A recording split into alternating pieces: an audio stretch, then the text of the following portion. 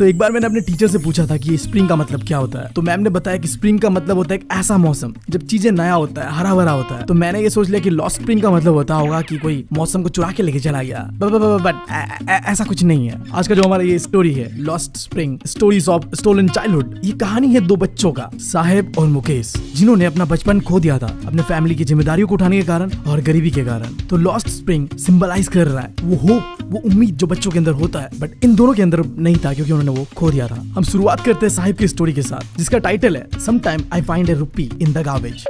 तो हमारा भाई साहिब एक रैट पिकर है, यानी कि कचरे उठाने वाला, जो कि वैसे तो था बांग्लादेश का कैपिटल ढाका से, जहां उसके पास हरे भरे खेत थे। बट फिर उसके साथ कुछ ऐसा होता है कि उसे अपना देश छोड़ना पड़ता है। उसके माँ ने कहा था उससे कि लगातार तूफान और फ्लड के कारण उन्हें अपना देश छोड़ना पड़ा था। और आज वो दिल्ली के पास पे एक स्लम एरिया है जिसका नाम सीमापुरी है, वहाँ अपने फैमिली के साथ रहता है।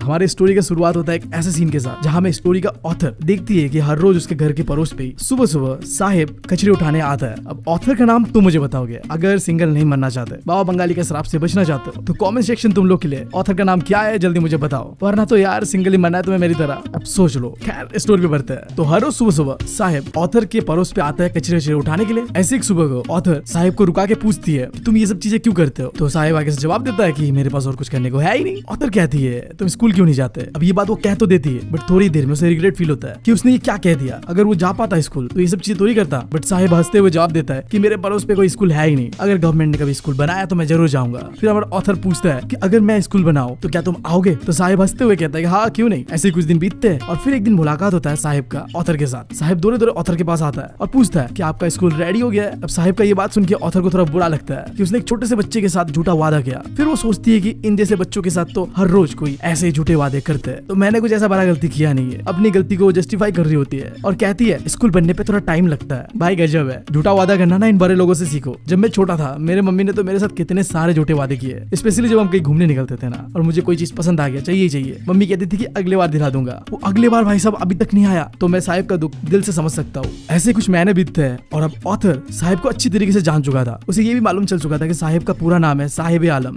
जिसका मतलब था Lord of the universe. But ये बात शायद साहिब को नहीं पता था, क्योंकि साहिब का जो कंडीशन था ना वो भी कुछ ऐसा ही था। ना उसके पैरों पे चप्पल था और जो उसने कपड़े भी पहने थे वो भी गंदा था, फटा हुआ था। उसे कहीं से भी देख के ऐसा नहीं लग रहा था कि वो लॉर्ड ऑफ द यूनिवर्स है। अब कुछ महीने बीतने के बाद अब ऑथर को सिर्फ साहिब के बारे में नहीं, साहिब के जितने दोस्त थे उनके बारे में भी थोड़ा बहुत पता चल चुका था। साहिब और उसके दोस्त मॉर्निंग बर्ड की तरह थे। सुबह होते ही नंगे पैर दौरे दौरे सड़कों पे इधर उधर कचरा उठाते रहेगा और जैसे ही शाम होगा वो अपने घर चले जाते थे। ऐसे एक दिन ऑथर ने साहिब के एक दोस्त को पूछा कि तुम बिना चप्पल के ऐसे क्यों घूमते हो। तो उसने जवाब दिया मेरे मम्मी ने चप्पल को शेल के ऊपर में रखा हुआ है, उतार के देती नहीं तो मैं पहनूं कैसे। बगल में खड़ा हुआ दूसरा बच्चा कहता है अगर वो उतार के दे भी देना फिर भी तू फेंक देगा। फिर ऑथर जब उसकी तरफ देखती है तो उसने चप्पल तो पहना हुआ था बट मिस मैच वाला चप्पल था, एक पैर में कोई और चप्पल एक पैर में कोई और चप्पल। जब पूछती है ऑथर ऐसा क्यों पहना तुमने, वो कुछ कहता नहीं है, एम्बैरस हो जाता है। और जो तीसरा बच्चा होता है वो तो कहता है मुझे तो जूते पहनने हैं, बट उसे देख के ऐसा नहीं लग रहा था कि कभी भी उसने जूते आज तक पहना होगा। अब ये सीन देख के मुझे अपने पेरेंट्स के ऊपर दया आ रहा है यार, कितने अच्छे है यार वो लोग।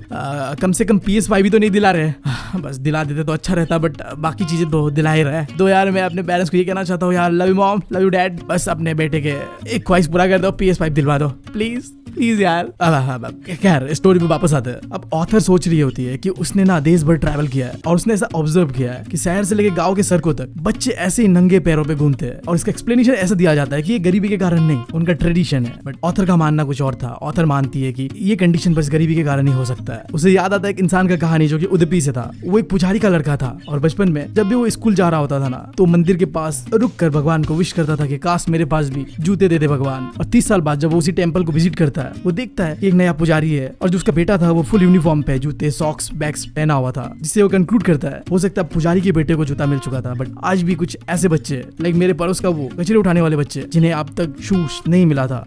ऐसे कुछ दिन बीतते हैं और अब ऑथर डिसाइड करती है कि वो साहिब के घर पे जाएगी, जो कि मैंने तुम्हें बताया सीमापुरी पे थी। अब थोड़ा बहुत अगर मैं तुम्हें सीमापुरी के बारे में बताऊं तो सीमापुरी एक स्लम एरिया है जो कि दिल्ली बॉर्डर के पास ही पे है। 1971 पे जो एक वॉर हुआ था इंडिया पाकिस्तान का, उस टाइम पे साहिब की फैमिली और जैसे कई और लोग बांग्लादेश से भाग भाग कर सीमापुरी में आके सेटल्ड हो जाते हैं। वो बहुत ही बुरे कंडीशन पे रहते थे यहाँ पे, कच्चे घरों पे टूटा फूटा टीना लगा हुआ या फिर प्लास्टिक का छत, न पीने को ढंग का पानी है, न ड्रेनेज सिस्टम है, न ही उनके पास कोई प्रॉपर डॉक्यूमेंट्स या आइडेंटिटी है। गवर्नमेंट ने बस उन्हें राशन कार्ड इशू करा था जिससे जिससे कि वो वोट दे सकते थे और चावल दाल खरीद सकते थे राशन के दुकान से। सीमापुरी के लोगों के लिए आइडेंटिटी से ज्यादा फूड मैटर करता था। अब हमारा ऑथर ऐसे गांव में घूम रही होती है और जाके वो मिलती है कुछ औरतों से और सवाल जवाब करती है कि आप लोगों ने अपना घर, मिट्टी, जमीन छोड़कर यहाँ क्यों आ गए हो, इस तरीके से क्यों रहते हो। तो उनमें से एक औरत जवाब देती है कि सीमापुरी में एटलीस्ट उन्हें खाना तो मिलता है, जहाँ वो रहते थे वहाँ तो उन्हें 2 वक्त का खाना तक नसीब नहीं होता था, रात को भी भूखा सोना होता था। आज यहाँ पे उन्हें जहाँ पे भी खाना मिलता है वहाँ पे वो टेंट गाड़ के अपना जिंदगी को जी रहे हैं। उनके जो बच्चे हैं वो भी कचरे उठाकर उनका मदद कर रहे हैं और इसी तरीके से उनका जिंदगी चल रहा है। यहाँ पे विलेज के लोगों के लिए जो गार्बेज कचरा था ना, एक सर्वाइवल का जरिया था। वो कचरा उठाते थे, उसे देते थे, पैसा मिलता था और अपना जिंदगी जीते थे। बट बच्चों के लिए गाँव का ये कचरे उठाना कोई मैजिक से कम नहीं था, क्योंकि हर दिन बच्चों को कुछ नया मिलता था। वो एक्साइटेड रहते थे, पता नहीं कल क्या मिलेगा हमें। साहिब बताता है कि कभी उसे 1 रुपया मिल जाता था तो कभी 10 रुपया मिल जाता था। तो तुम यहाँ पे कह सकते हो बच्चों के लिए गार्बेज गोल्ड की तरह था, पता नहीं यहाँ से क्या निकल जाएगा।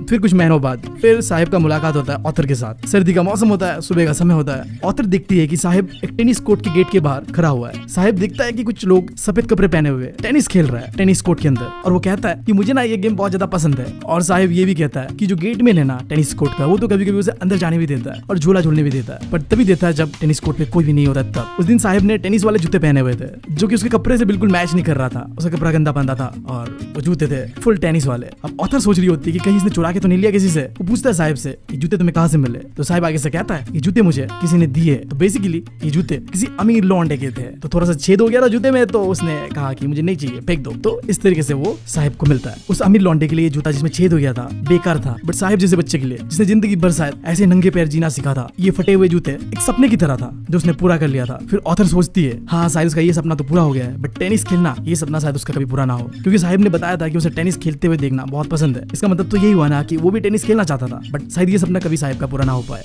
सही में तुम लोगों से कुछ शेयर करूं तो मेरे साथ भी बचपन में कुछ ऐसा हुआ था। तो हमारे यहाँ पे नया नया फुटबॉल क्लब खुला था जहाँ बच्चे जाके फुटबॉल खेलना सीखते हैं। मेरे कुछ दोस्तों ने भी ज्वाइन करा था, मैं भी चाहता था कि उनके साथ जाके खेलूं, बट वहाँ का कंडीशन ये था कि तुम्हारे पास अपना फुटबॉल बूट होना ही चाहिए। मेरे पास नहीं था यार। अब कुछ महीने पहले पापा को कितना रोना धोना कर क्रिकेट किट्स मंगवाया था कि तुम्हारा बेटा यार क्रिकेटर बनेगा। अब क्या क्या था पापा से कि नहीं अब तुम्हारा बेटा फुटबॉलर बनना चाहता है, समझो यार। तो मैंने पापा से कभी नहीं कहा, मैं अपने दोस्तों को दूर से खेलते हुए देखता था। बुरा तो लगता था बट क्या कर सकते हैं, स्टोरी भी वापस आता है। अब थोड़ा और समय बीतता है और एक दिन ऑथर देखती है कि साहिब ना अपने हाथों पे दूध का एक कंटेनर लेके कहीं जा रहा होता है। वो साहिब को पूछती है कि कहाँ जा रहे हो। तो साहिब आगे से जवाब देता है कि मैं जा रहा हूँ काम पे। मैं आजकल काम करता हूँ चाय के टपरी पे, मुझे 800 रुपए महीने के मिलते हैं और खाना पानी भी मिल जाता है। अब जब वो कह रहा होता है ना ये चीजें, तो ऑथर उसके चेहरे की ओर देखता है और उसका चेहरा बिल्कुल बदल चुका था। वो जो बचपना था, बेफिक्री था, टेंशन नहीं था भाई साहब। भले वो कचरे उठाया करता था एक समय पे, बट चिल था यार वो बच्चा। बट शायद अब उसे ये चाय का कंटेनर भी भारी लग रहा था। वो दिल से ये काम नहीं कर रहा था, बस मजबूरी से कर रहा था। इसीलिए शायद आज साहिब को उस कचरे के बैग से ज्यादा भारी लग रहा था ये हल्का सा चाय का कंटेनर। अब साहिब यार आजाद नहीं है, अब साहिब अपना मन का मालिक नहीं है। अब वो जो चाहे वो नहीं कर सकता,